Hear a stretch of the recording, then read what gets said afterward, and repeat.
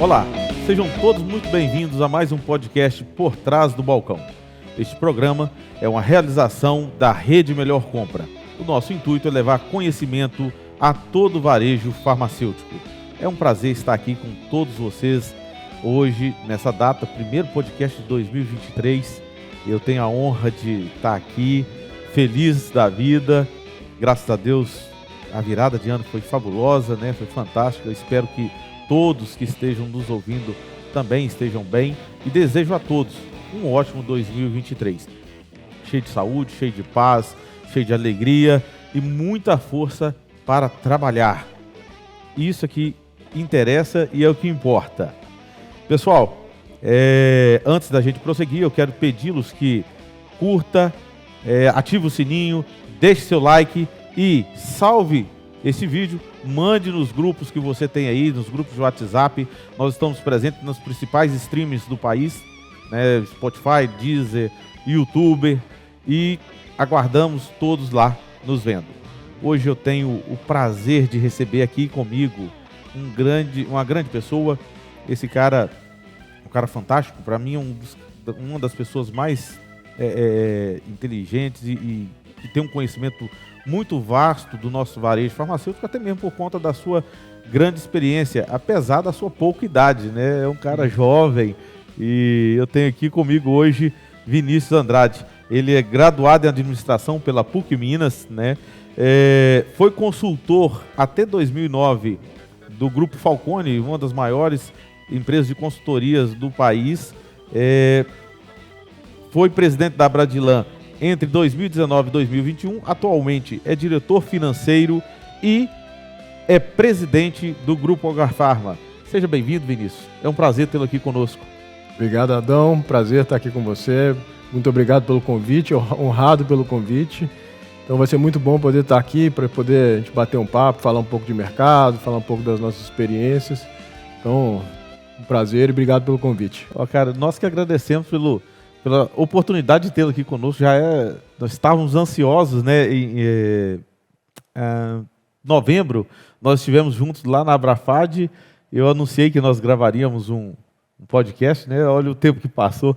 Isso é para vocês verem como que a agenda do rapaz é apertada. Eu tenho que ficar lisonjeado pela visita, porque eu sei que realmente é apertado. E entre Belo Horizonte e São Paulo, eu sei que tem muita coisa. Pessoal, a Algar Pharma, para quem não sabe, ela é uma distribuidora regional que foi fundada aqui em Minas Gerais em 1967 pelo seu João, né? Seu João, pai do Vinícius. Ele fundou a Algar Pharma em Belo Horizonte. E hoje eu conversando com o Vinícius, né, depois nós vindo do aeroporto, eu conversando com ele estava me contando que o pai dele é de uma cidade próxima a nós aqui, Dores de Guanhães. Dores de Guanhães. E fundou em 1967. Atualmente, em 2009, Vinícius veio integrar o quadro societário da Algar Pharma. E de lá para cá foi fundado a Nova Pharma, que é um braço da Algar Pharma. A Algar Pharma, em 2017, inaugurou a primeira filial na Bahia, depois inaugurou em 2021 em Pernambuco, depois na Paraíba e também está presente em Sergipe. E conta hoje com mais de 400 colaboradores e 15 mil clientes ativos. Tá certo, Vinícius? Eu esqueci alguma coisa? Não, a gente está em Minas, né? Começamos em 67 em Minas, aí 17 fomos para Bahia, 19 Pernambuco e 21 Paraíba e Sergipe. Então hoje a gente está nesses 5 estados, são 5 estados bastante importantes no país, né? Eles juntos representam aí 25% do mercado farmacêutico brasileiro, mais ou menos 25% da população brasileira também. Então, de uma certa forma, através de vocês, né, nossos parceiros, nossos clientes, a gente ajuda aí na saúde para mais ou menos 53 milhões de brasileiros. Então, muita coisa. E hoje somos 771 colaboradores entre os nossos colaboradores internos e os nossos colaboradores externos, aí, representantes comerciais. Rapaz, é muita gente, viu?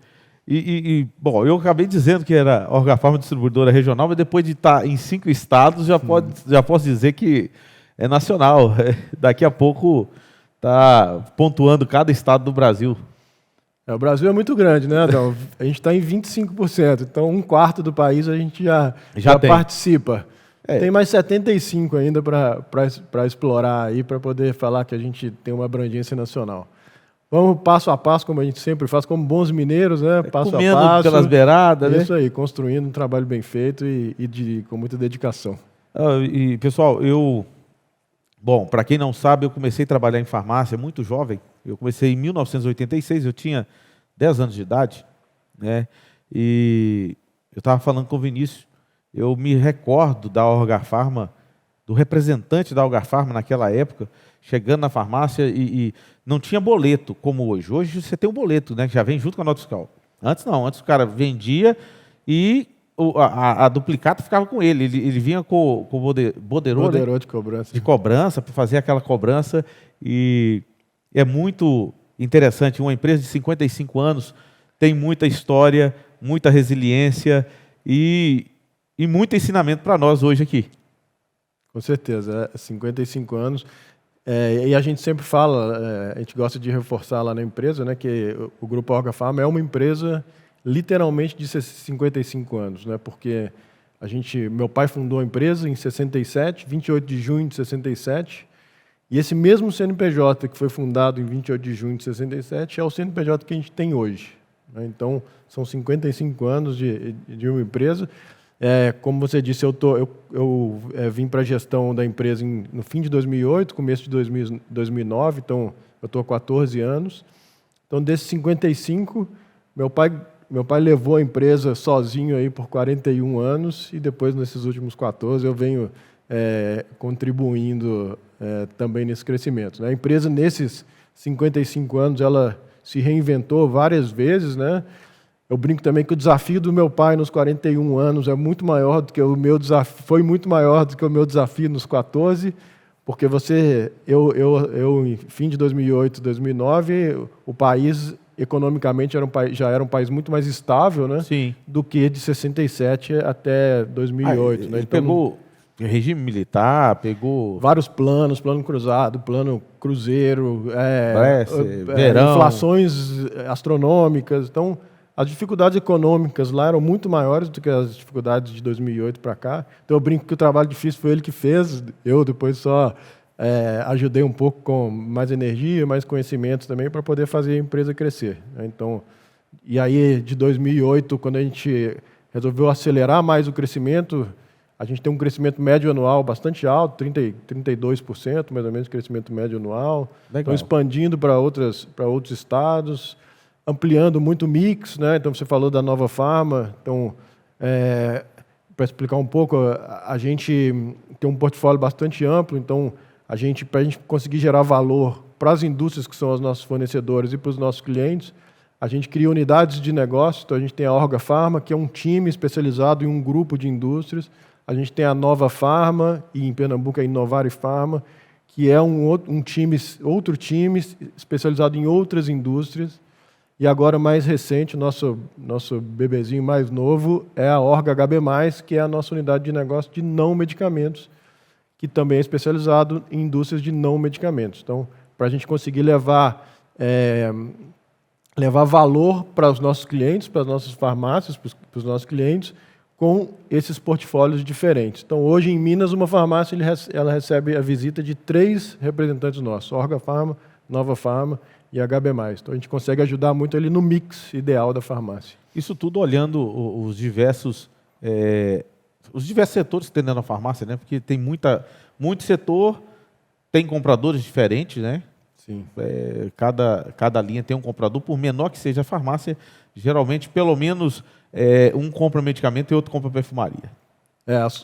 Os compradores são diferentes, os conhecimentos são diferentes, né? Até o conhecimento que o nosso vendedor também que vende medicamento precisa ter é diferente do conhecimento que o vendedor de não medicamento precisa ter, é a mesma coisa do comprador, né? Uhum. Então, para a gente conseguir levar um serviço de qualidade para a farmácia, a gente separa e se agrega em profissionais especializados, né? Então, pessoas que, quando chegam na farmácia, conseguem agregar com o conhecimento que tem ali do mix, de gerenciamento de categorias, de precificação, de exposição, enfim, de tudo que abrange ali essas categorias que a gente vende. Ah, legal. Vinícius, bom, a conversa já começou quente, né? Mas eu queria que você me contasse um pouco mais da sua história. Eu sei que na adolescência você quis ser músico. Como é que é? Conta mais um pouco aí. Quem é o Vinícius Andrade? Legal. Quem é o Vinícius é uma boa pergunta. Assim, hoje, né, sócio do Grupo Orga Pharma, né, como você já disse, né, Adão? Mas eu me considero muito mais um executivo do que um sócio da empresa. Porque eu acho que tem uma diferença grande entre você ser só o dono e você ser um executivo da empresa, né? O executivo ele precisa entregar resultado para o sócio. Então, eu me enxergo muito mais hoje como um executivo. Uhum.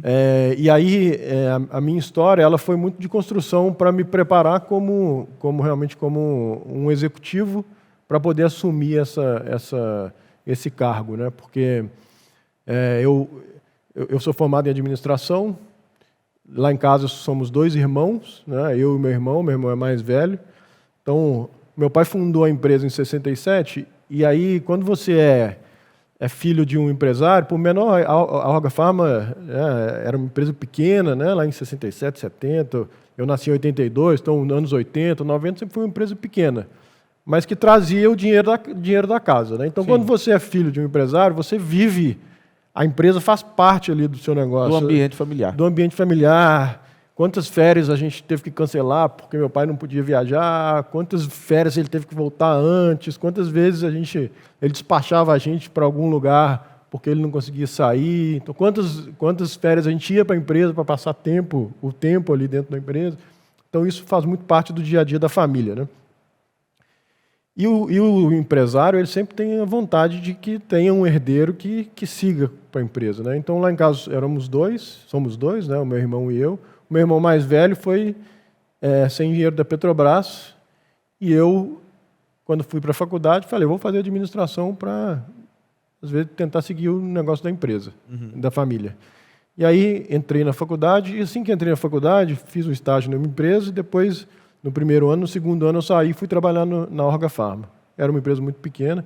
Comecei trabalhando, separando pedido, né, no estoque, embalando e tudo mais, para conhecer da empresa, né? Falei, pai, não quero ser o filho do dono, quero conhecer o negócio, né, para poder agregar. E comecei a trabalhar lá. Depois fui para o administrativo, então fiquei lá 2 anos. No meu último ano, eu sentei com meu pai e falei, pai, eu estou aqui já há 2 anos, eu já conheci a empresa, eu acho que eu preciso ter uma experiência fora para poder ter mais conhecimento e trazer novos conhecimentos, porque senão eu vou aprender aqui com você e aí eu vou fazer um pouco mais do mesmo, vou trazer só mais energia por ser mais novo. E aí ele falou, perfeito, você está perfeito, pode seguir o que você está pensando. E aí eu fui fazer um programa de estágio da Falcone, na época era FDG, depois virou INDG e hoje é Falcone, que é a maior empresa de consultoria do país, né? Com projetos fora e tudo mais. E aí assim eu fiquei. Então eu entrei em 2003 lá e fiquei até comecinho de 2003, fiquei até o fim de 2008. Então foram 6 anos ali na consultoria. Uma das coisas que meu pai sempre fez, e aí eu brinco que eu dei sorte de nascer filho dele, é porque ele sempre investiu muito na educação, na nossa educação. Então, ele tirava dinheiro de qualquer coisa, de lazer, de qualquer coisa, para dar a melhor educação para mim e para o meu irmão. Então, sempre investiu muito na nossa educação, num colégio bom e tudo mais. E aí, isso aí foi mais um exemplo, né? Falando, pô, Vinícius, vai ter sua experiência para você aprender mais. Então, fiquei esses 6 anos lá, e aí até no fim desses 6 anos eu estava num projeto fora do Brasil, estava num projeto na Bélgica. Ele me ligou e falou, Vinícius, já não estou aguentando mais, queria que você voltasse.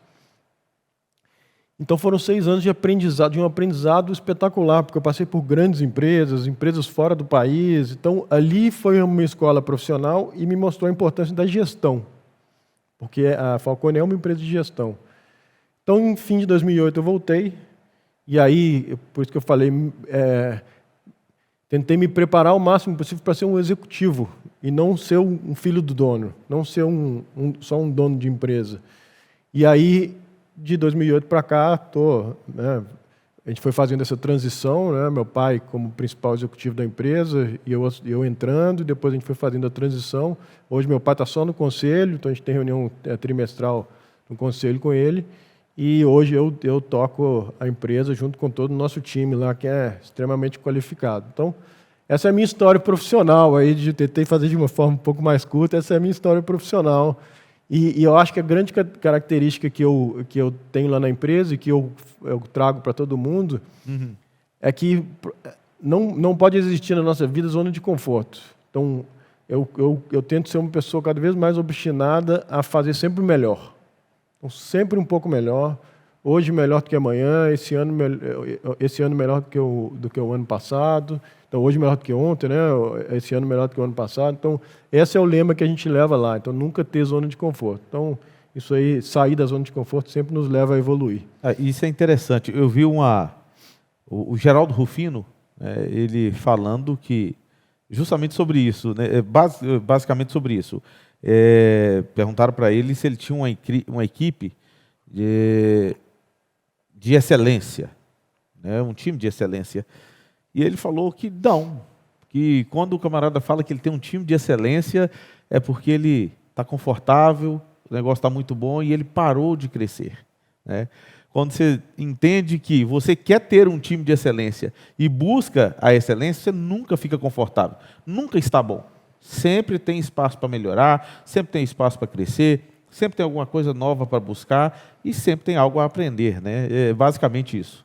Perfeito. Acho que a gente tem que, como eu falo, a gente tem que mirar a perfeição, mesmo sabendo que a gente nunca vai atingir, porque, né, ninguém nunca vai ser perfeito. Então, vamos mirar a perfeição, mesmo sabendo que a gente não vai chegar na perfeição, mas cada vez a gente vai evoluir.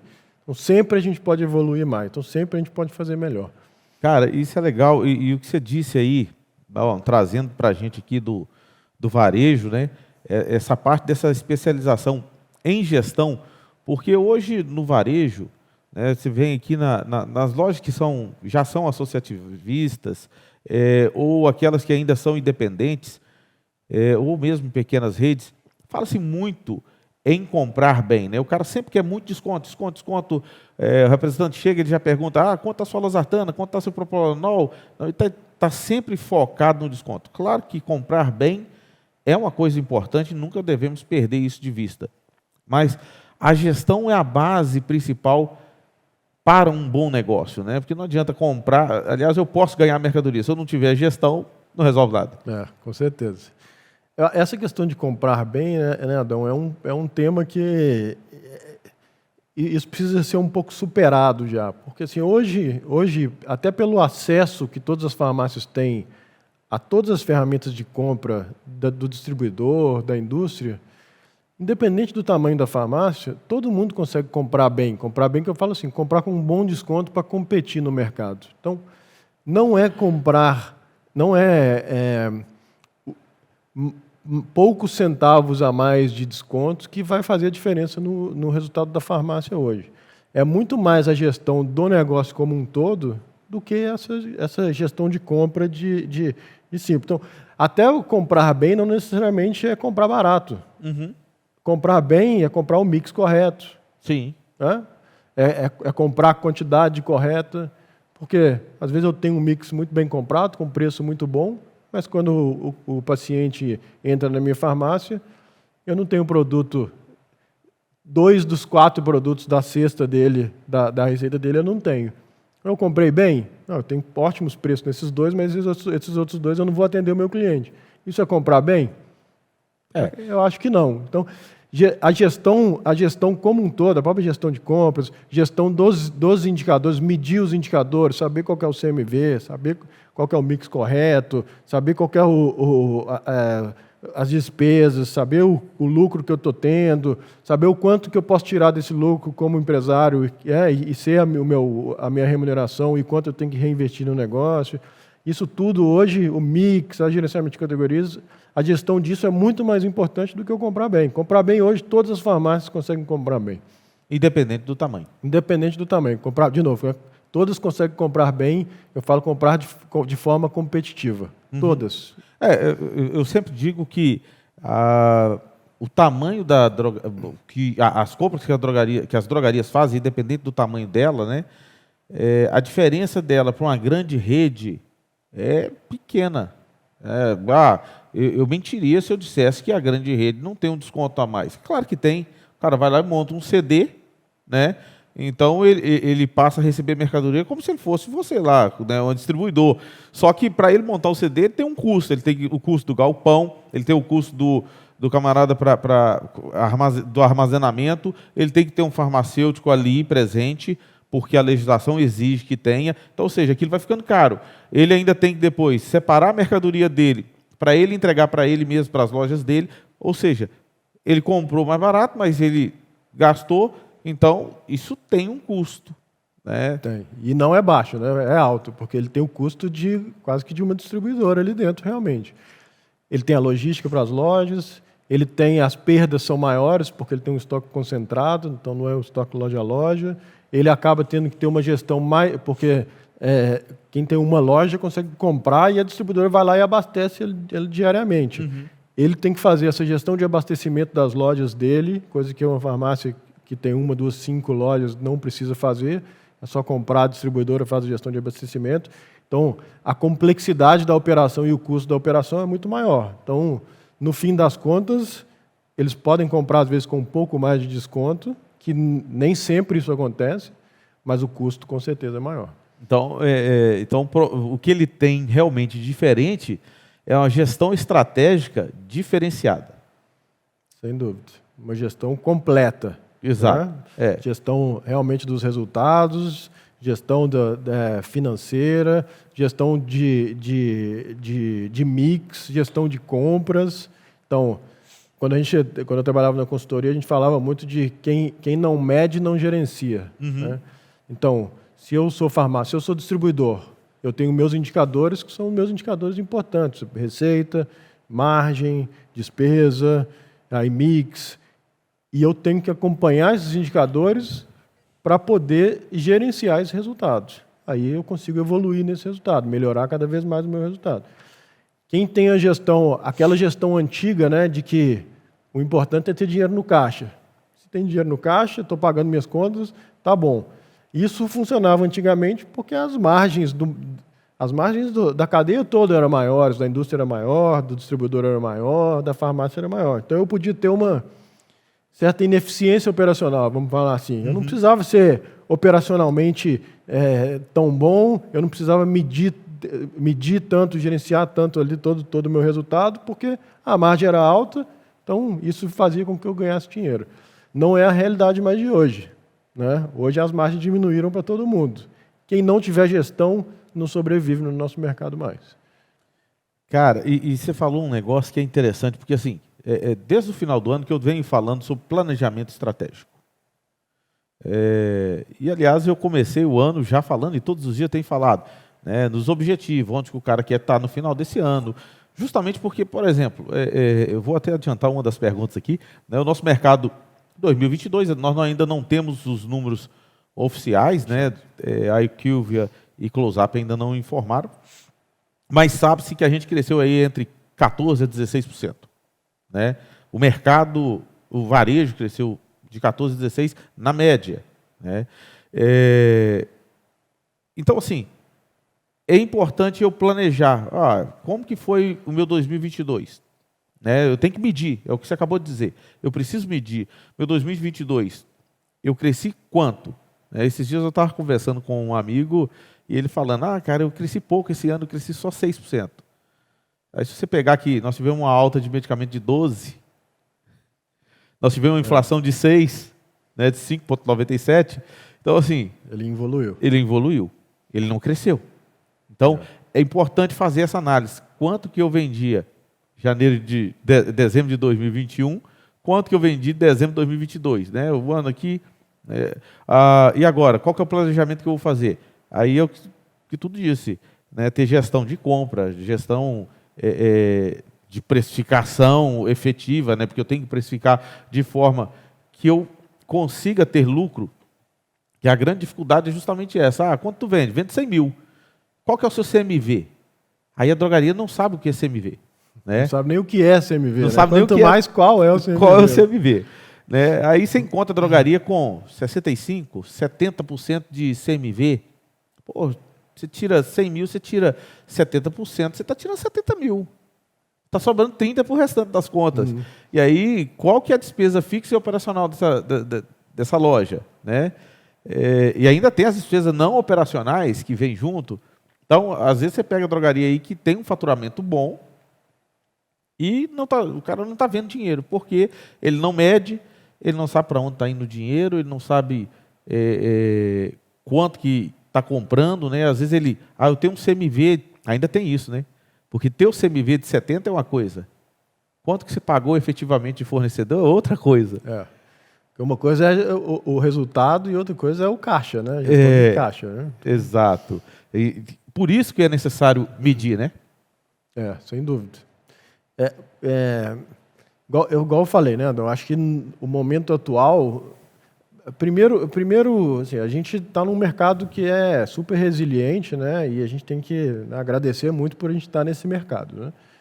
Um mercado que vai crescer esse ano, vamos falar 16, 14, 16, enquanto o PIB está crescendo 2, 3. Então, só aí a gente já vê isso vem acontecendo há muitos e muitos anos. Né? Independente do tamanho da crise, o mercado farmacêutico vem crescendo bem. Então, a gente está num mercado que nos permite crescer, a gente está num mercado que nos permite evoluir, nos permite... Na pandemia, a gente ficou aberto, o mercado cresceu forte, então é um mercado que nos permite estar sempre evoluindo. Né? Mas, acho que até um pouco por causa disso, cada vez mais a concorrência aumenta, né? Porque todo mundo olha, quem é de fora do mercado acha que farmácia, indústria de distribuição é um negócio que dá muito dinheiro para todo mundo. Acho que já até foi assim, mas hoje não é mais. A concorrência vem aumentando cada vez mais.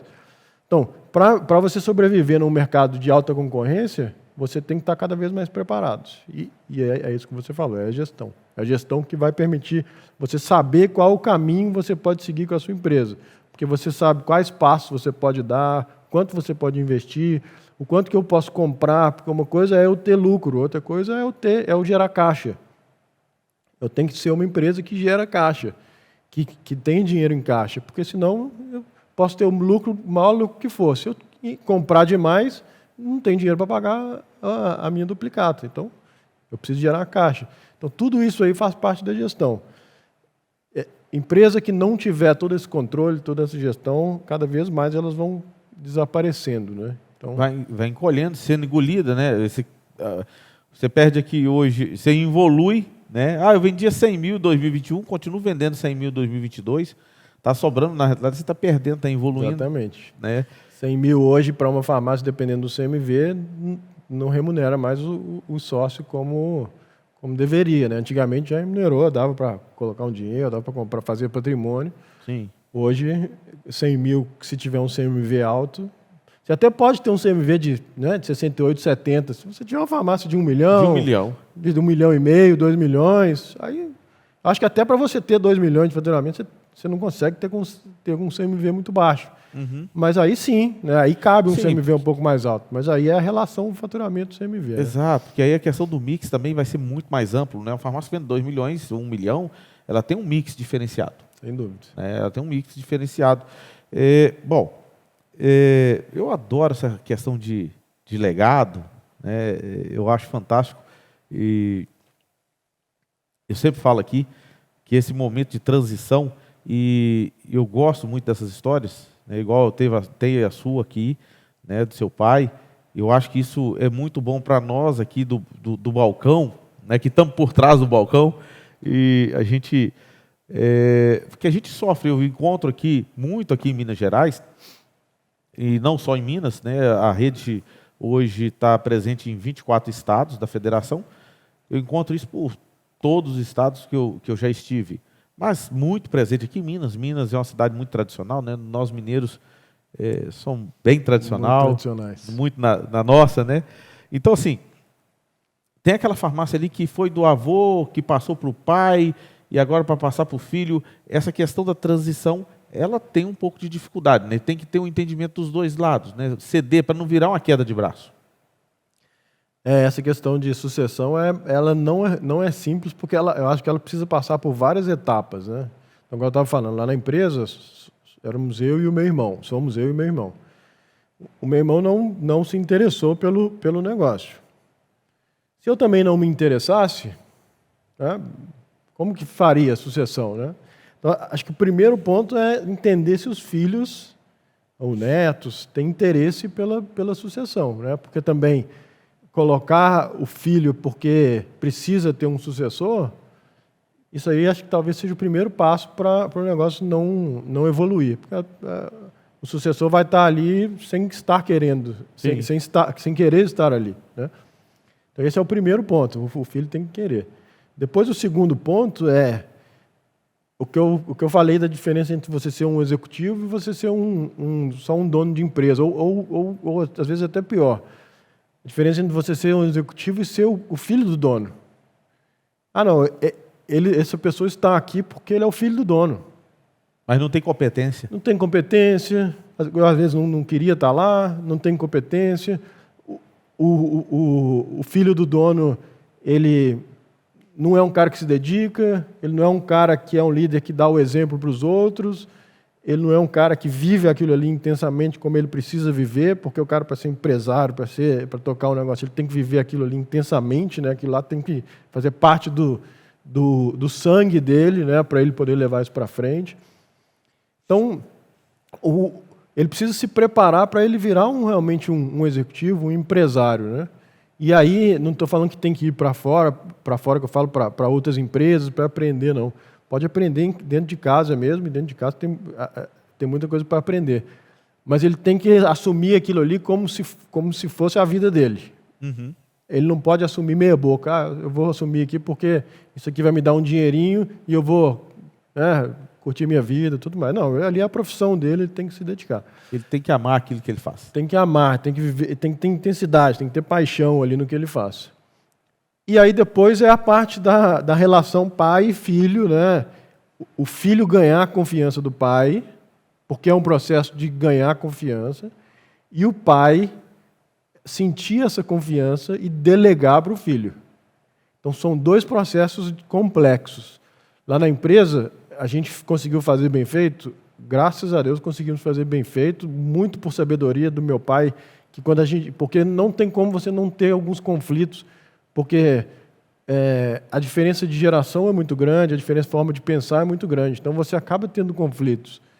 E esses conflitos eles não podem ser não podem trazer impacto para a sua relação familiar, porque você está de segunda a sexta na empresa, trabalhando, isso não pode atrapalhar seu almoço de domingo. Uhum. Né? Seu almoço de domingo é a família lá reunida e aquilo lá tem que ter harmonia, né? Você tem que estar feliz dentro da família. Então, essa relação de segunda a sexta tem que ter muita sabedoria e saber administrar esses conflitos. Então, eu e meu pai, logicamente, a gente teve conflitos, e aí, como eu disse, muito por sabedoria dele, porque eu acho que ele sabia muito mais, porque eu muito novo, né? E aí você é novo, você não tem cheio de energia, querendo crescer e tudo. E ele trazia várias coisas para a gente refletir junto.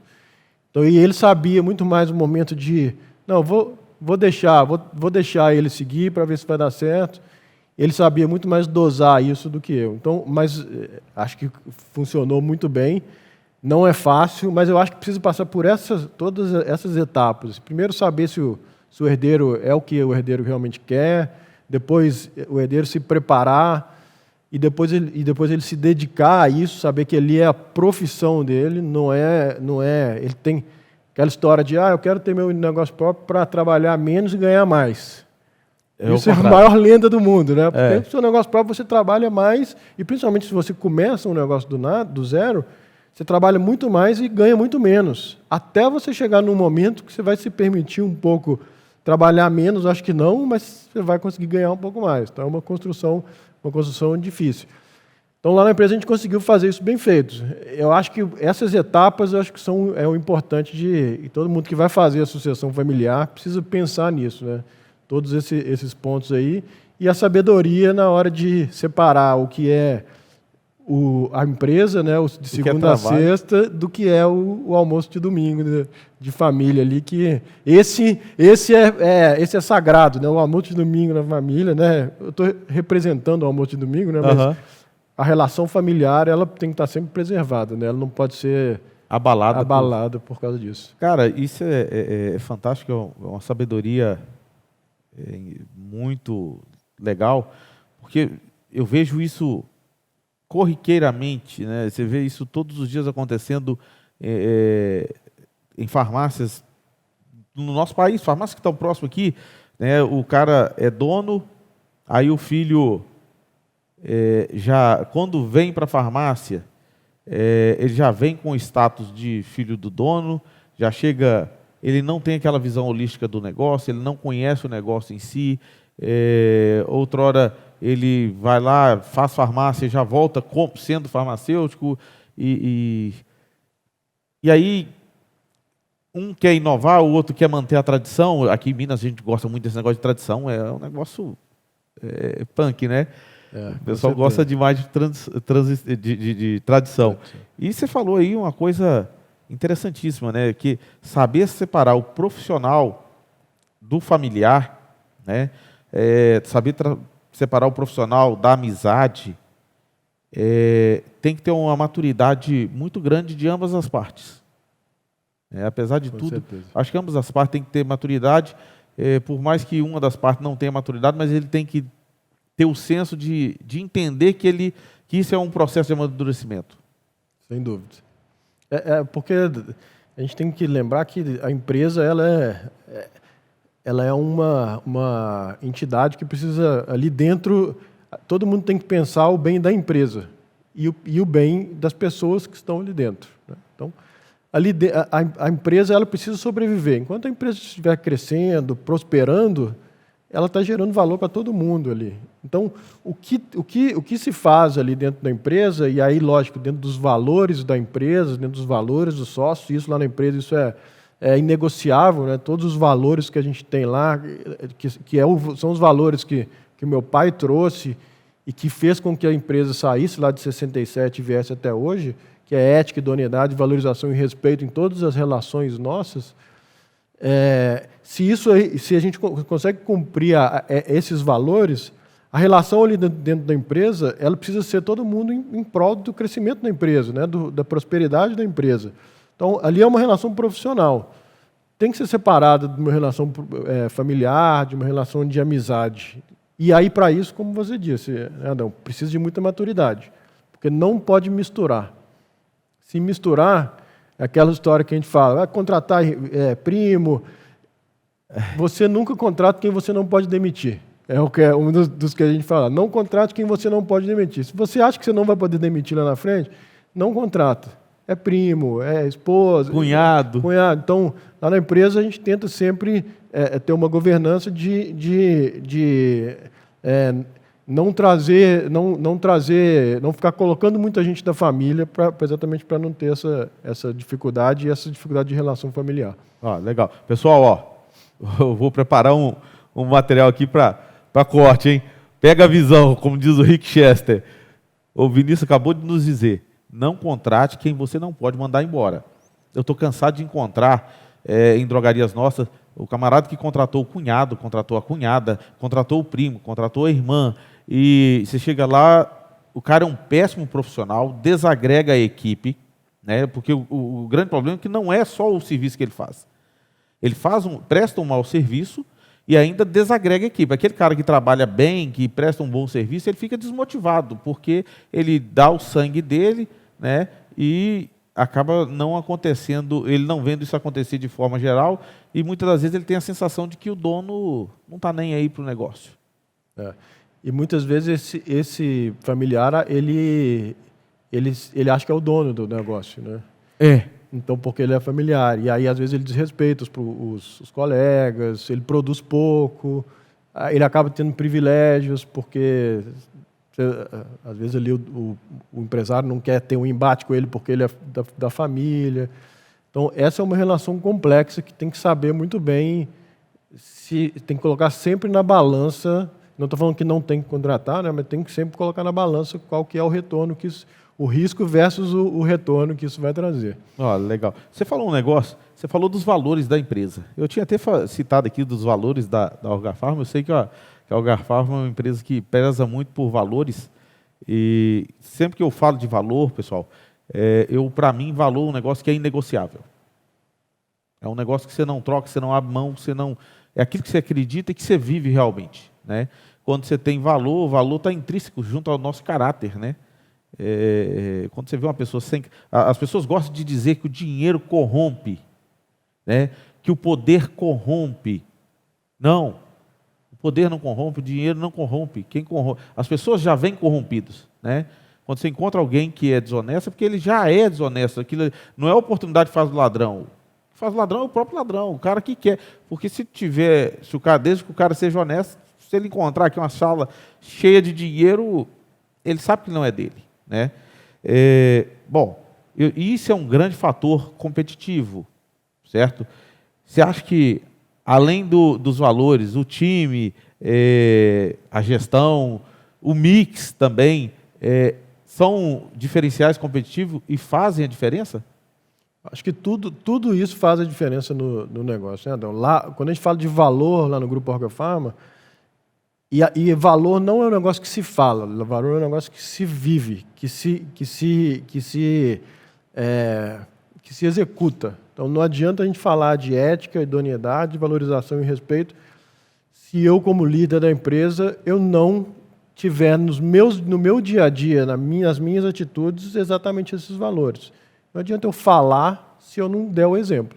Então, igual você falou, não é negociável. Quem passa por cima dos valores não prospera dentro da nossa empresa, não continua dentro da nossa empresa. Então, isso é sempre negociável e todo mundo tem que viver isso e não ser da boca para fora. Então, é o exemplo do dia a dia, a vivência do dia a dia que garante, que mostra que a empresa realmente tem valor, vive esses valores. Mas só de valores a empresa não vive, né? Então, ela precisa de ter gestão, ela precisa de ter um mix correto. Então, a gente falou da importância do mix lá no nosso negócio. Então, a gente levar um mix mais amplo para a farmácia, né? Então, a gente ter equipes mais especializadas em mix diferentes para poder agregar valor para a farmácia.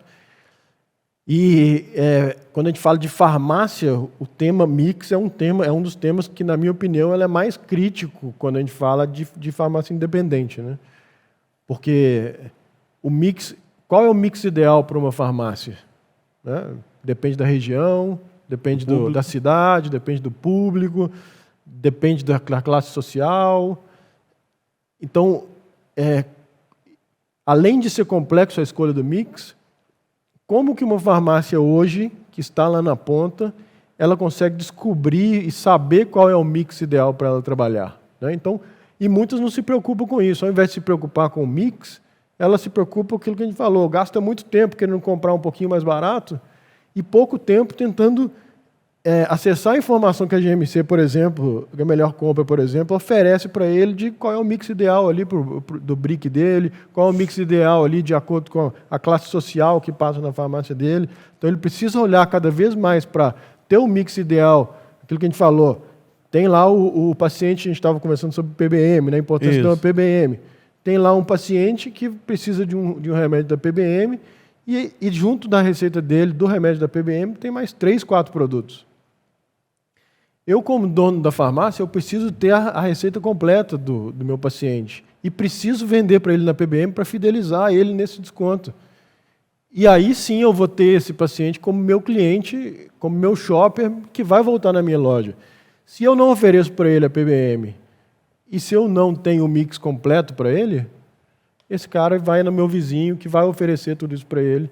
Então, muito mais importante ali do que o preço é você ter o mix correto e você oferecer as vantagens corretas para o shopper, né, para o cliente. Então, tudo isso passa pela gestão para poder você prosperar nesse mercado que cada vez é mais complexo hoje.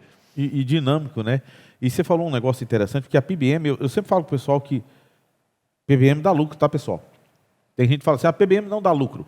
O Vinícius acabou de contar aqui a fórmula mágica do PBM. Né?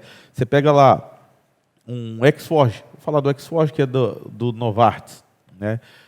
Ele tem 28%, a última vez que eu olhei, tinha 28% de desconto na lista. Então, Mas o paciente que usa o Exforge, ele usa só Exforge, né? Porque, eu vendi com 28, recebi com 28, né? Mas quando eu estou olhando aqui, eu estou pagando imposto, eu estou pagando para o cliente levar, eu não tenho vantagem. Só que, eu estou citando o Exforge porque minha mãe usa Exforge. Só que junto do Exforge, ela usa Pura T4, ela usa Zolpidem para dormir, né? Ela ainda toma Simvastatina e ela toma S. Olha só, a receita está completa aqui. Eu só vou, do lugar que eu compro o Exforge, já compro o restante. Ou eu não vou ficar pingando, um pulo aqui, um pulo ali, né? Outro pulo lá. Raramente você faz isso. Então você tem que oferecer a PBM e, ao mesmo tempo, você tem que saber qual é a cesta normalmente desse tipo de paciente, né? Porque você tem que ter lá o Puran, você tem que ter lá a aspirina, você tem que ter a simvastatina, você tem que dar a opção do Puran e da levotiroxina, então, né, para o paciente escolher. Então, essa é a gestão de mix e aí também é aquela história de, se eu sou uma farmácia independente e eu tenho dificuldade de descobrir qual é o meu mix, por que eu não me associo a uma rede como a Melhor Compra, que consegue me oferecer tudo isso? A informação, ela existe, ela está na mão da associação. A farmácia pode ter acesso a isso. Sim. Né? Então, por que não? Ali é um caminho. Isso é um caminho importante, inclusive, né? A gente hoje tem a informação do mix, a gente tem a informação do público que a farmácia atende, da classe social, da renda per capita, né? Informação sociodemográfica de um modo geral, né? Informação da concorrência daquela região, perfil de consumo, né? Qual potencial de consumo, qual é o potencial de consumo que tem aqui, né? Vale a pena abrir uma farmácia aqui? Não vale? Às vezes o camarada ele olha e fala assim, eu tenho um ponto comercial aqui, vou abrir aqui porque é meu, não vou pagar aluguel, mas o local é ruim, não tem público, né? Então tudo isso tem que ser medido e a rede realmente pode ajudar o cliente nisso. Mas, ainda continuando, nós falamos aqui de equipe de alta performance e eu tenho certeza que você tem uma equipe muito boa. Aqui no Vale do Aço tem um representante seu que eu te disse mais cedo, ele é fantástico. Eu quero até mandar um abraço para o Hélio. Hélio é uma pessoa que eu admiro muito e quando eu trabalhei como representante eu olhava bem o Hélio, né? O Hélio já está no mercado há muito tempo e ele carrega um papelzinho do bolso. Você chega perto dele, ele tira o papel, hoje é quinta-feira, quem eu vou visitar às 8 horas da manhã? Fulano, ciclano, né? E é todo bem esquematizado o negócio dele. E ele não é simplesmente um tirador de pedido, porque no balcão da farmácia a gente tem muito entregador, né? O que é o cara entregador? Eu chegar com a minha receita, entreguei aqui a receita da minha mãe, ele me entregou tudo o que eu pedi, ele me entregou. Eu comprei, ele só não vendeu. O vendedor mesmo é aquele que chega e sabe entender as minhas necessidades e supri-las, né? Porque eu citei aqui, minha mãe tem colesterol, ela tem problema com pressão alta, né? E ela tem problema de tireoide, na tireoide. Então, assim, ela precisa tem uma série de outros produtos que ela necessita e que muitas das vezes eu não estou ali no momento lembrando, e isso é importante demais da conta, né? Eu acho que as pessoas é que fazem o resultado da empresa, né? Então, a gente lá na empresa, a gente tem um time espetacular, então, desde as lideranças até todos os nossos vendedores, interno, logístico, então a gente tem um time que é fora de sério, então um time muito preparado. O Hélio, que você citou, é um dos nossos representantes que está há mais tempo com a gente e é um cara de altíssima performance, então é um excelente vendedor, é um vendedor que cria muita confiança, ele consegue ter muita confiança dos clientes dele, então ele consegue realmente agregar muito valor ali na farmácia. E agregar valor é que eu acho que é o desafio, porque a gente tem pessoas que são fora da curva, como o Hélio, que é um cara extremamente fora da curva, mas quando a gente fala de um time, então hoje somos 380 representantes RCAs. A gente tem desde caras de alta performance até pessoas que estão entrando, que são neófitos, que ainda não conhecem do negócio. Então, primeira coisa é entender que treinamento no time não é despesa, é investimento. Tem que treinar para que você tenha pessoas realmente preparadas. A gente também estava falando, hoje a tecnologia tem evoluído muito, né? Sim. Um pedido eletrônico, uma venda, um e-commerce de uma farmácia vai substituir um balconista? Um pedido eletrônico da distribuição vai substituir um vendedor? Nunca vai substituir. Isso é complementar. A tecnologia, uma venda através de e-commerce, ela é complementar ao trabalho que um balconista ou que um representante faz. Você tem que dar a opção para o cliente, do cliente também comprar através dessa ferramenta. E ela vai substituir o representante ou o balconista, o tirador de pedido, o que não agrega, o que chega ali e só pega o pedido. O que chega ali e pega o pedido, esse não está tem com os mais. dias contados. Esse está com os dias contados. Então, o profissional tem que agregar valor. Ele tem que gerar essa confiança, ele tem que levar bons negócios, ele tem que ter conhecimento ali de precificação, de gerenciamento de categorias, do mix que está sendo vendido na região, informação de mercado. É isso que ele vai levar para a farmácia para que ele consiga agregar valor para a farmácia. E o balconista acho que é a mesma coisa, né? Tem que ter a leitura de quem é esse paciente que está entrando aqui, o shopper, né? Que fala hoje, né? Ele está comprando para ele, ou ele está comprando para o filho, ela está comprando para o filho, ou ele está comprando para a mãe. Então, que tipo de comorbidade que o paciente tem? Então, o que eu posso agregar, o que eu posso oferecer? Então, tudo isso aí é a preparação que a equipe, para ter uma equipe realmente de alta performance, a primeira empresa tem que treinar, tem que investir nesse profissional, e segundo, o profissional ele tem que entender que hoje o mercado exige profissionais de performance. Não é mais aquele que fica sentado ali e dispensa o medicamento. Ele tem que se preparar cada vez mais. E nós estamos falando do balconista, isso vale também para o farmacêutico, pessoal. Nós estamos aí... outro dia eu estava vendo... O pessoal do CRF está todo mundo comemorando aí, né? Porque estão falando em aumento do piso salarial do farmacêutico. Eu não estou aqui para julgar essa questão, mas um profissional que tem... eu sei que quem recebe vai falar assim, é pouco. Quem paga, acho que é muito. Para mim, não importa se é pouco ou se é muito. Uma mão de obra qualificada, eu acho que ela tem que ser bem trabalhada, né? Eu acho que você tem um profissional ali que ele precisa ser de alta performance. Eu acho que vale a pena você pagar 5 mil, 6 mil para um farmacêutico? Vale. Desde que ele traga o retorno necessário, né, para o investimento. Estou certo? Ele não pode ser um custo, né? Caro ou barato depende do retorno. A questão de pagar muito ou pouco não é um valor. Não é um valor. 5 mil é muito ou é pouco. Depende do que o profissional te entrega de volta. Então, aí, de novo, você precisa de bons profissionais e precisa também oferecer as ferramentas boas de trabalho e treinamento para ele poder também trazer o resultado dentro da empresa. Bom, nós já falamos aqui que de 2022 foi um ano fantástico, né? E olhando o mercado de forma holística, nós vimos que a pandemia ela causou uma série de mudanças, né? Isso é fato. O que estava 5 anos para frente, nós adiantamos, né? Nós começamos a ter receita digital, que não tinha na farmácia, né? Prescrição, telemedicina, tudo isso veio para ficar. O próprio e-commerce aqueceu, né? Os marketplaces e outras coisas mais. E aí o mercado vem crescendo 2 dígitos há bom tempo, como nós já dissemos aqui, você mesmo disse. E 2023? Você acha que o varejo vai continuar aquecido? Quais são os principais desafios? Nós agora estamos com um cenário político novo, né? Quais os principais desafios para esse ano? O que esperar desse ano? 2022 realmente foi um ano de crescimento forte. Ninguém esperava esse crescimento de 16%, mais ou menos. Ele foi muito acelerado pelo primeiro semestre, né? E pelo aumento de preço, né? Que foi quase 11% de aumento de preço.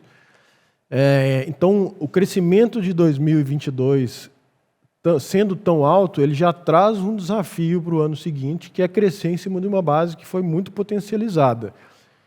E ela foi muito potencializada por aumento de preço. Então, no ano passado, o ano de 2022, foi dos primeiros anos onde o aumento de preço foi maior do que o aumento de volume, o aumento de unidade. Ou seja, o medicamento ele aumentou mais o preço do que vendeu em unidades. Então, aí, e nos anos anteriores, o aumento era muito mais puxado por volume, se vendia muita unidade, mas o preço, porque no advento, quando vai crescendo o genérico, vão lançando novas moléculas de genérico, vai aumentando a concorrência, a tendência é sempre o preço ir baixando um pouco. O que sobe são os medicamentos novos que vão lançando que puxam o mercado. Então, nesse ano, o aumento de preço que puxou. Então, já traz um desafio para 2023, que é crescer em cima dessa base alta de crescimento de 2018 e muito potencializado pelo primeiro semestre, que foi muito forte por causa do Covid, retorno de Covid, H3N2. Então, foi um momento de uma demanda muito forte. Então, o 2023 ele passa a ser desafiador já por isso, porque ele precisa crescer em cima de uma base alta. Além disso, a gente tem outros desafios, que é o cenário de ruptura do mercado, ele ainda é indefinido, né? Ainda se tem muita ruptura. 2022 foi absurdo o nível de ruptura, melhorou, mas a gente não sabe qual vai ser quando a gente conversa com a indústria, a gente sabe que a cauda, eles falam muito da cauda longa, né? Então a produção da indústria tem uma cauda muito longa, então até negociar a matéria-prima, você ter disponibilidade da matéria-prima, e aí produzir, então é muito longo, então é difícil você conseguir prever se vai ter ruptura ou não, então esse é um ponto de desafio. A gente tem um ponto econômico que ainda é um pouco de uma interrogação, né? Porque as projeções econômicas são de um Brasil que não vai crescer, juros muito altos, então as empresas investem pouco. Então eu acho que esse é um dos desafios também de todas as empresas, é saber como lidar ali com o crescimento, e quem depende de capital de banco, capital de terceiro, tem que tomar muito cuidado, porque o juros está muito alto. Então a gente já viu em 2022 algumas farmácias terem dificuldade porque estão endividados, e aí o juros sobe, não consegue pagar. Então esse é um desafio também. Mas esses são os desafios, né, que eu acho que existem. Mas quando a gente conversa também com a Arquivo, a projeção ainda é de crescimento de 2 dígitos. A gente vai ter um aumento menor, está se falando em torno de 5%, 4,5%, 5%, né? Então, isso aí já ajuda. Não é bom como do ano passado, mas já ajuda. Então, é um mercado que vai crescer provavelmente 2 dígitos aí. Ainda tem muita oportunidade. Mas com esses desafios. Tem muita oportunidade. A gente já falou de outros desafios, né? Da concorrência, da questão de você conseguir ter uma boa margem, porque as margens caíram da cadeia toda. Mas eu acho que a gente, como eu falei lá no início, a gente está num mercado abençoado, que é resiliente, que vai crescer acima de 2 dígitos aí. Então tem muita oportunidade, mas para quem estiver preparado para enfrentar. Esse talvez seja o maior desafio, estar preparado. Exatamente. Né? Estar preparado. Falando nisso, estar preparado, essa semana eu estive num associado, e ele falou comigo, ele se queixou que o concorrente dele fica muito preocupado com ele, e pessoal, preocupar com a concorrência é sempre importante, né? Eu tenho que estar de olho no meu concorrente, mas a minha preocupação mesmo tem que ser com o meu cliente, estou certo? A gente tem que sempre observar o concorrente, né? O concorrente tem que estar na nossa linha de visão, né? Então a gente tem que estar sempre sabendo o que o concorrente está fazendo. Mas você tem que ser fiel às suas estratégias, né? Ao que você acredita, ao seu modelo de negócio. E aí olhar para o cliente é essencial, né? Para você poder entender o que o seu cliente espera. Se você conseguir atender bem o seu cliente, atender as necessidades dele, você com certeza vai ter sucesso. Então, mantenha o concorrente na linha de visão, mas seja fiel às suas estratégias, seja fiel ao seu modelo de negócio. Isso é extremamente importante. Bacana. Você já falou do associativismo, né?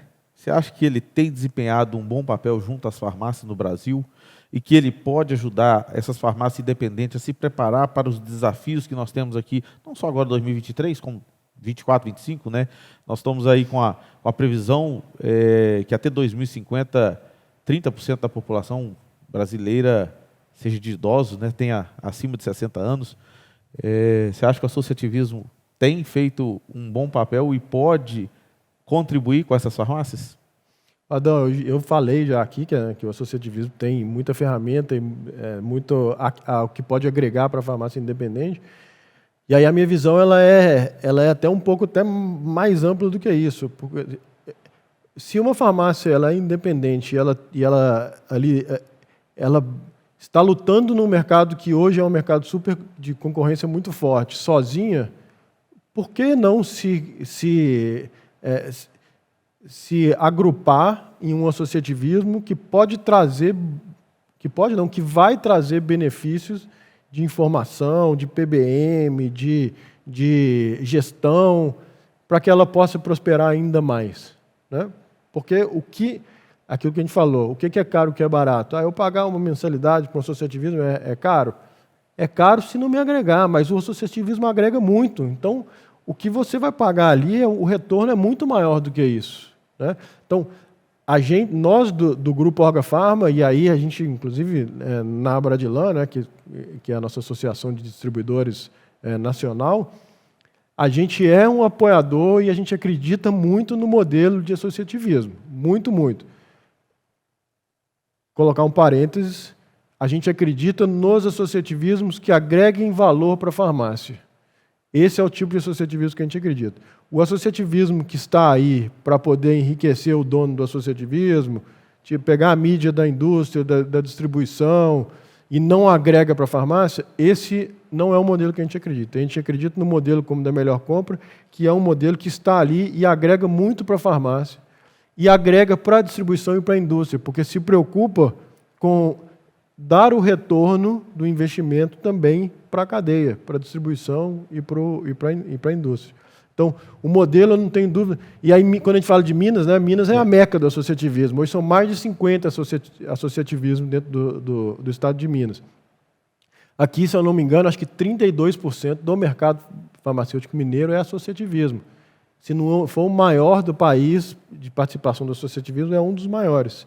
Então, aqui a gente vê modelos muito bons que funcionam muito bem e que agregam muito para a farmácia. Então, a gente acredita muito nesse modelo, a gente apoia muito esse modelo e eu tenho certeza que é um modelo que vai prosperar muito. Mas, de novo, tem que ser um modelo como é da Melhor Compra, que é um modelo que se preocupa em gerar valor para a farmácia, está ali para agregar para o associado e também agregar para a cadeia farmacêutica. Esse eu acho que é o segredo do sucesso. Verdade. Bom, isso é justamente o que a gente tenta fazer. Eu acho que a cadeia toda, né, a gente tem que preocupar com a cadeia, né? Eu posso começar desde a indústria, distribuição, farmácia, né? Ou de farmácia, distribuição, indústria, não importa. A cadeia toda ela tem que ganhar. E o associativismo ele está aqui, né? Nós da Rede Melhor Compra estamos aqui justamente para levar todas as vantagens possíveis para o dono de farmácia. É igual você falou, tem diversas redes associativistas. Aqui em Minas nós temos mais de 50, tem muita gente séria, muita gente boa aí nesse mercado, mas tem muito picareta, né? A gente encontra, você chega na rede, você chega na drogaria, o cara fala assim, eu estou aqui olhando você, mas quanto que é a sua mensalidade? A mensalidade é tanto. Não, eu achei o cara ali que faz por R$100. Ninguém trabalha de graça, né? Na verdade, não existe almoço de graça. Disse que tinha conta sua história que o cara chegou para um canoeiro e falou com ele assim, quanto você me leva naquela ilha para pescar?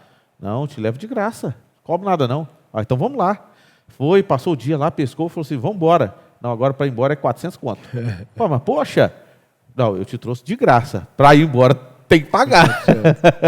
Então assim, não tem almoço de graça. Esse negócio que o cara fala, eu cobro R$100, R$200,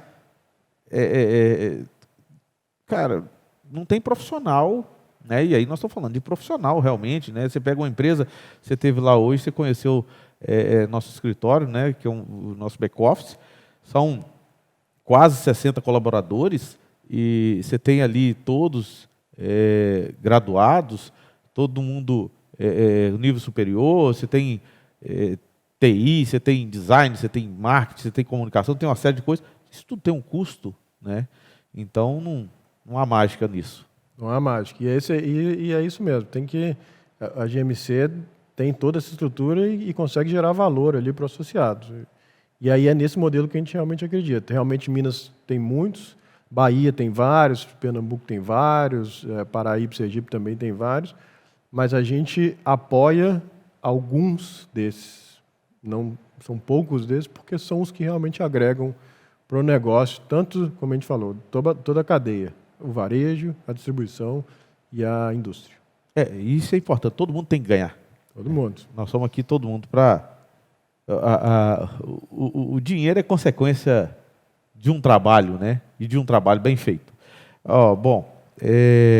Você acabou dizendo aí, né? A Orgafarma é uma empresa genuinamente mineira, mas hoje está presente no Nordeste. E às vezes eu chego no Nordeste, ou mesmo em outros estados, e você chega na farmácia e começa a conversar com o camarada e falar algumas coisas, e a gente expõe leva algum conhecimento, o cara fala assim, não, peraí, isso acontece lá no seu estado. Aqui o mercado é diferente. Tem mesmo essa diferença de mercado ou é mais crença limitante das pessoas? O Brasil é um país muito grande, né, Adão? Então, a regionalidade ela é muito presente no nosso país. Então, mesmo se a gente olhar Minas Gerais, o perfil de loja do sul de Minas, por exemplo, é um perfil de loja diferente do norte de Minas, que é diferente do Triângulo, que é diferente, enfim, que é diferente da região metropolitana.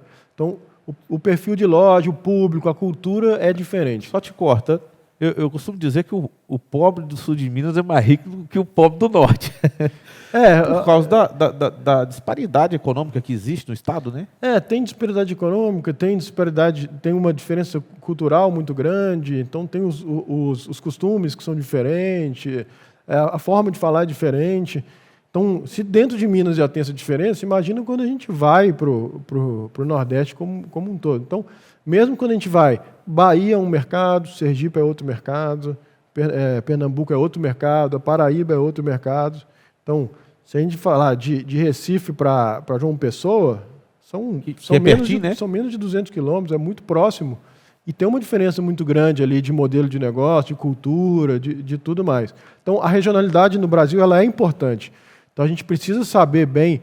Aí, quando a gente fala de regionalidade, a gente vai para os negócios, muita coisa muda. Assim, o mix muitas vezes é diferente, sim, o tipo de produto que vende é diferente. Então, tem coisas que são diferentes.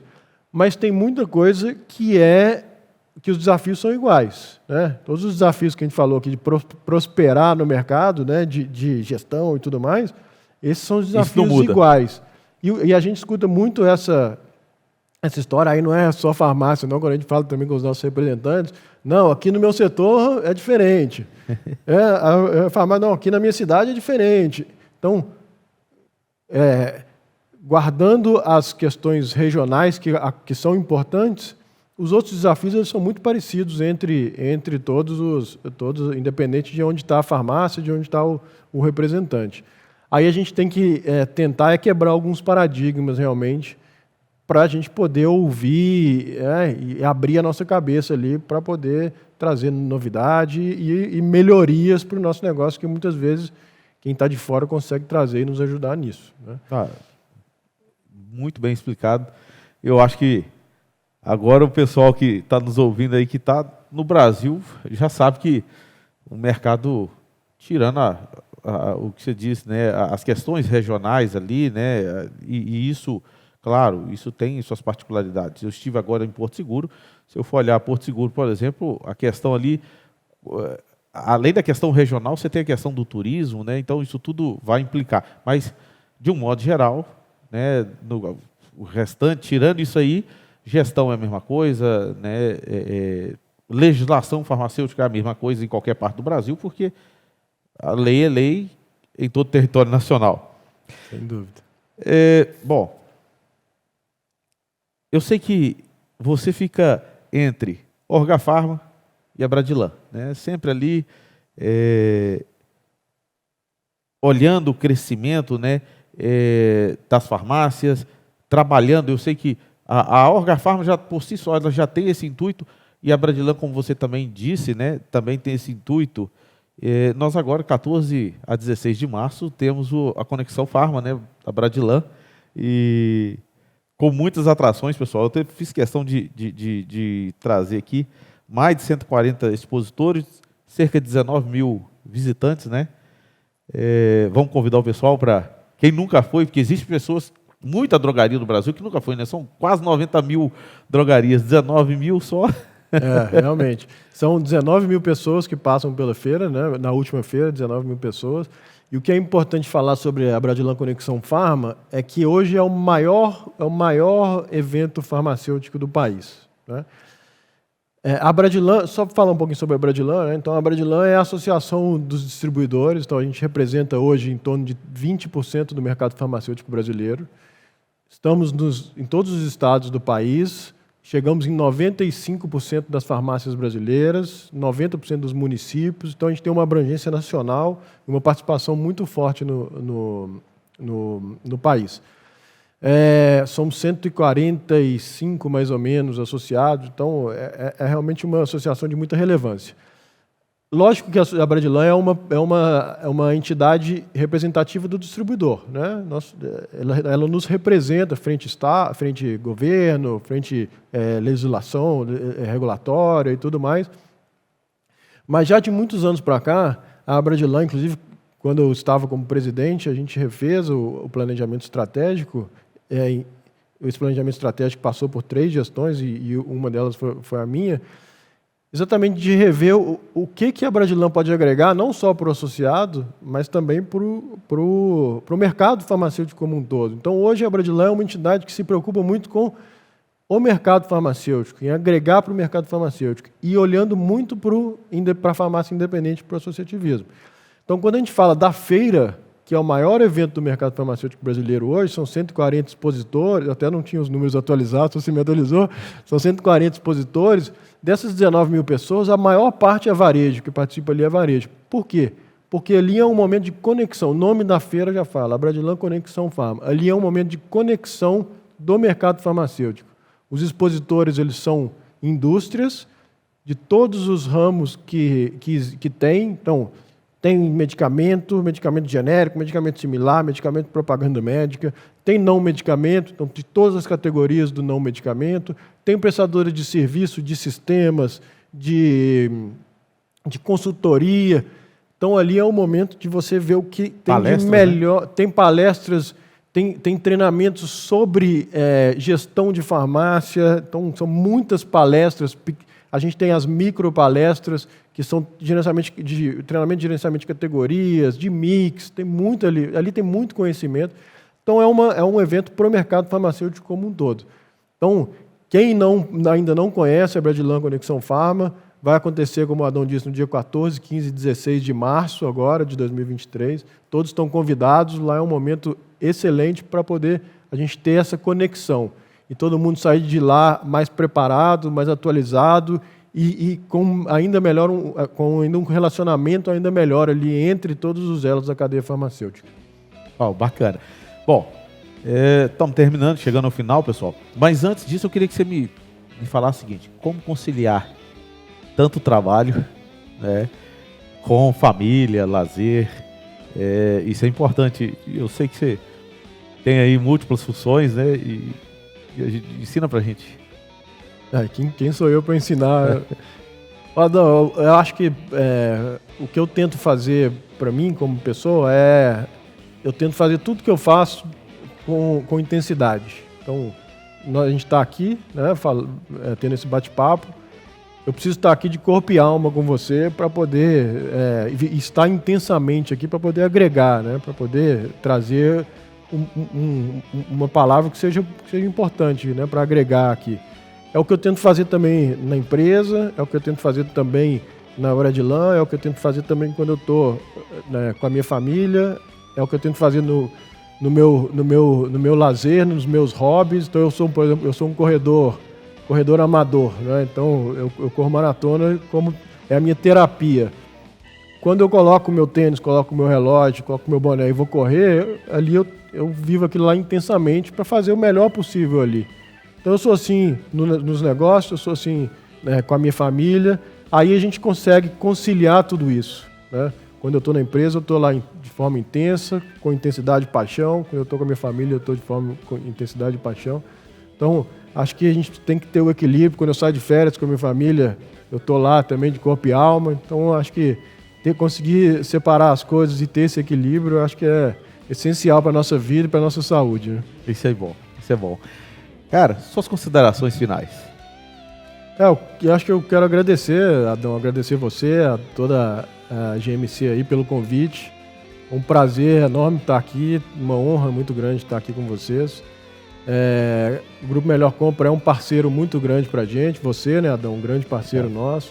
Então, poder ter esse bate-papo, espero que tenha trazido aí boas reflexões aí para a gente poder sair daqui melhor e a gente ajudar cada vez mais esse mercado nosso a prosperar e que todo mundo consiga prosperar junto. Vinícius, nós que agradecemos pela sua presença, sua presença aqui, né, esse esforço. Eu tenho um presente aqui para você. Ano passado nós fizemos 10 anos de rede, nós estamos indo agora em março, a gente faz 11 anos. E eu tenho um presente, uma simples lembrança. Muito obrigado. Obrigado por tudo. Adão. Obrigado pela parceria de sempre, por toda a ajuda. Lembrando que, pessoal, a Orgafarma nos deu um grande apoio, né, desde a fundação da empresa, da rede, né? Nós somos parceiros da Orgafarma. O Kim, eu citei aqui o Hélio, eu não poderia deixar de citar o Kim, né? O Kim, um grande parceiro, amigo, nós trabalhamos junto em outro distribuidor. Aliás, quando eu entrei, ele tinha acabado de sair. Mas está lá. Um abraço, Kim. Kim gosta do pagode, né? Gosto. O Kim foi a primeira pessoa que eu contratei quando eu entrei na empresa. Ah, é? Eu entrei na empresa, um mês depois ele começou. Então, quando você contratou ele, eu entrei no mercado, eu saí de farmácia, vim para distribuição e entrei na vaga dele. Vinícius, obrigado. Pessoal, muito obrigado por tudo. Foi uma honra tê-los aqui conosco até agora. Se Deus quiser, daqui uns dias nós estaremos de volta com mais um Por Trás do Balcão. Forte abraço e até lá.